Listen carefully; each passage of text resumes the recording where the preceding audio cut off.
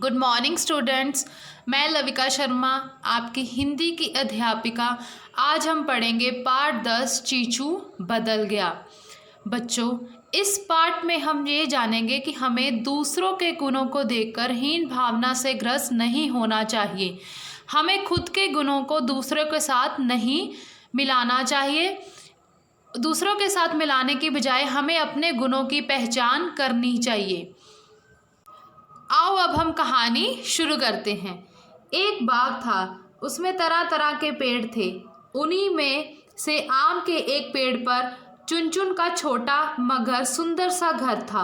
यूं तो उसका घर तिनकों, घास फूस और पत्तियों से बना था, पर वह इतने सलीके से बनाया गया था कि उसकी कारीगरी देखते ही बनती थी। उसमें रहने वालों के लिए वह हर तरह से आरामदायक था। उसी घर में चिड़िया चुनमुन अपने चिड़े और दो छोटे छोटे बच्चों के साथ रहती थी। दोनों बच्चों के नाम चीची और चूचू थे। सलीके से का अर्थ होता है अच्छे से बना हुआ। कारीगरी का अर्थ होता है हाथ से कुछ बनाने का गुण। चिड़े का अर्थ होता है नर चिड़िया। इसमें बताया गया है कि एक बाग था जिसमें तरह तरह के पेड़ थे। उन्हीं में से एक आम का पेड़ था जिसमें चुनचुन नाम की एक छोटी सी चिड़िया अपने परिवार के साथ रहती थी। उसने अपने घोंसले को इतने सुंदर तरीके से बनाया था कि वो हर तरह से आरामदायक था। उसमें वो अपने चिड़े और अपने दो छोटे बच्चों के साथ रहती थी जिनका नाम था चीची और चूचू। चीची सामान्य चिड़ियों के बच्चों की तरह सुबह देर से उठता, अपने पंख खोलकर काफ़ी देर तक इधर उधर फुदकता और लौटकर फिर अपनी माँ के पास आ जाता। पर चीची की आदतें बिल्कुल अलग तरह की थी। वह तो बहुत सवेरे उठ जाता, अपने पंखों को ताज़ा हवा में खोलकर मुंह से चीची बोलते हुए सबका मन लुभाता। वह पेड़ की एक डाल से दूसरी डाल पर फुदकता रहता। आराम करना उसे बिल्कुल ना सुहाता। वह हरदम कुछ ना कुछ नया करने की सोचता। इसमें दोनों भाइयों चीची और चीचू के स्वभाव के बारे में बताया गया है कि दोनों कितने अलग हैं। जहाँ चीची बहुत समझदार है, वो देर से उठता है और आराम आराम से अपना सारा काम करता है। लेकिन जो चीचू है उसका स्वभाव क्या है बच्चे, अलग है। वो थोड़ा शरारती है। वो सुबह जल्दी उठ जाता है और एक डाल से दूसरी डाल पर कूदता रहता है, अपने पंख फैलाकर लोगों को तंग भी करता है और हमेशा कुछ ना कुछ शरारत करने के, कुछ ना कुछ नया करने के बारे में सोचता रहता है। जब ये दोनों बच्चे थोड़े बड़े हुए तो उड़कर अपने लिए चुग्गा चुगने जाने लगे। शाम के समय दोनों बच्चे अपने घोंसले में लौट आते। चिड़िया और चिड़ा अपने दोनों बच्चों से बेहद खुश थे। चीचू रोज रोज की एक सी जिंदगी से खुश नहीं था। उसे लगता रोज सुबह उठो और लग जाओ पेट भरने की जुगत में। पूरे दिन चुग्गे की तलाश में इधर उधर भटकते रहो, थके हारे शाम को वापस आओ तो सो जाओ और फिर अगली सुबह से वही भूखे पेड़ के लिए भाग दौड़। जुगत का अर्थ होता है उपाय, चुग्गे का अर्थ होता है दाने। इसमें बताया गया है बच्चे कि जो दोनों चिड़िया के बच्चे थे वो आम चिड़िया के बच्चों की तरह ही थे। उनकी ज़िंदगी बिल्कुल वैसी ही थी। दोनों बच्चे जब थोड़े बड़े हो जाते हैं तो अपने माँ बाप के साथ क्या करते हैं, वो दाना चुगने के लिए जाना शुरू कर देते हैं। उनकी ज़िंदगी बिल्कुल ऐसी ही होती है जैसे कि आम चिड़िया के बच्चों की होती है।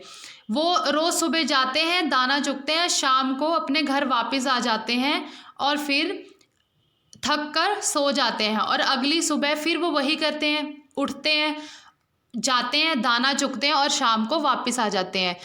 चिड़िया और चिड़ा अपने दोनों बच्चों से बहुत खुश थे कि वो उनके दोनों बच्चे क्या हैं, बहुत ही अच्छी तरह से अपना काम कर रहे हैं। एक दिन ऐसा ही सोचते हुए चीचू चुग्गे की खोज में उड़ा जा रहा था। तभी उसे सामने से विशालकाय हाथी ननकू आता दिखाई दिया। उसने सोचा, कितना अच्छा होता यदि मैं भी एक हाथी जैसा होता, तब मुझे रोज रोज भोजन की खोज में भागना नहीं पड़ता। ये तो किसी भी खेत में घुसकर अपनी भूख मिटा लेता है, फिर नदी में पानी पीकर आराम से जिंदगी गुजारता है। कोई छोटा मोटा जानवर इसके साथ पंगा लेने की सोच भी ले तो उसकी खैर नहीं। यही तो आराम है इतने बड़े शरीर का। यही सब सोचते सोचते चीचू ननकू के पास पहुंचा और बोला, ननकू जी नमस्ते, मुझे आप बहुत अच्छे लगते हैं, काश मैं भी आपके जैसा होता। ऐसा कहते हुए चीचू की आवाज में उदासी साफ झलक रही थी। विशाल काय का अर्थ होता है बहुत बड़े शरीर वाला। पंगा का अर्थ होता है झगड़ा करना। बच्चे, जो चिड़िया का छोटा बेटा है चीचू, उसे अपना जीवन बिल्कुल भी पसंद नहीं है। उसे अपना जीवन अच्छा नहीं लगता कि सुबह उठो और अपने लिए भोजन ढूंढने के लिए दूर दूर तक जाओ और फिर थक कर रात को आकर सो जाओ। उसे अपना जीवन बिल्कुल भी अच्छा नहीं लगता। एक दिन ऐसे ही वो उड़ रहा होता है। जब वो उड़ता है तो सामने से एक हाथी, जिसका नाम ननकू होता है, बहुत बड़े शरीर वाला हाथी आ रहा होता है, जिसे वो देखता है। उसे देखते ही वह सोचने लगता है कि काश मैं भी हाथी होता, मेरा शरीर भी इतना बड़ा होता, तो क्या है, जो छोटे मोटे जानवर हैं वो मुझसे पंगा नहीं लेते, वो मुझसे डरते, झगड़ा करने से डरते। और मेरे को खाना ढूंढने के लिए जगह जगह घूमना नहीं पड़ता, बल्कि किसी भी खेत में मैं चला जाता और वहाँ से मुझे खाना मिल जाता। और यही सोचते सोचते वो ननकू हाथी के पास चला जाता है और उसे जाके कहता है कि मुझे आप बहुत अच्छे लगते हो, काश मैं भी आपके जैसा होता। ये कहते कहते जो बेचारा चीचू है, उसकी जो उदासी है वो उसकी आवाज़ में दिखनी शुरू हो जाती है। ननकू समझ गया और बोला, प्यारे चीचू, हम सबकी यही तो सबसे बड़ी परेशानी है कि हमें दूसरों के जीवन में खूबियां ही खूबियां नज़र आती हैं और अपने जीवन की छोटी छोटी कमियां भी पहाड़ जितनी बड़ी लगती हैं। देखो, मैं तुम्हें बहुत अच्छा लग रहा हूँ ना, पर तुम मेरी कठिनाइयों से परिचित नहीं हो। इतने बड़े शरीर को चलाने के लिए मुझे ढेर सारा भोजन करना पड़ता है। भोजन के लिए मैं जिस खेत में जाता हूँ उसका मालिक मुझे वहाँ से खदेड़ने के सारे इंतज़ाम रखता है। कठिनाइयों का अर्थ होता है बहुत ही मुश्किल, खदेड़ने का अर्थ होता है बाहर निकालना। जब ननकू हाथी चीचू की बात सुनता है तो बच्चे उसको समझ में आ जाता है कि जो चीचू है वो उसकी ज़िंदगी से प्रभावित है। मतलब वो उसको समझाने की कोशिश करता है कि चीचू, हम सबको यही लगता है कि हमसे ज़्यादा जो दूसरों की ज़िंदगी है वो क्या है, बहुत अच्छी है, लेकिन हम ये नहीं समझना चाहते कि जैसे हमारी ज़िंदगी में बहुत ज़्यादा मुश्किलें होती हैं, वैसे ही दूसरों की ज़िंदगी में भी कोई ना कोई मुश्किल ज़रूर होती है।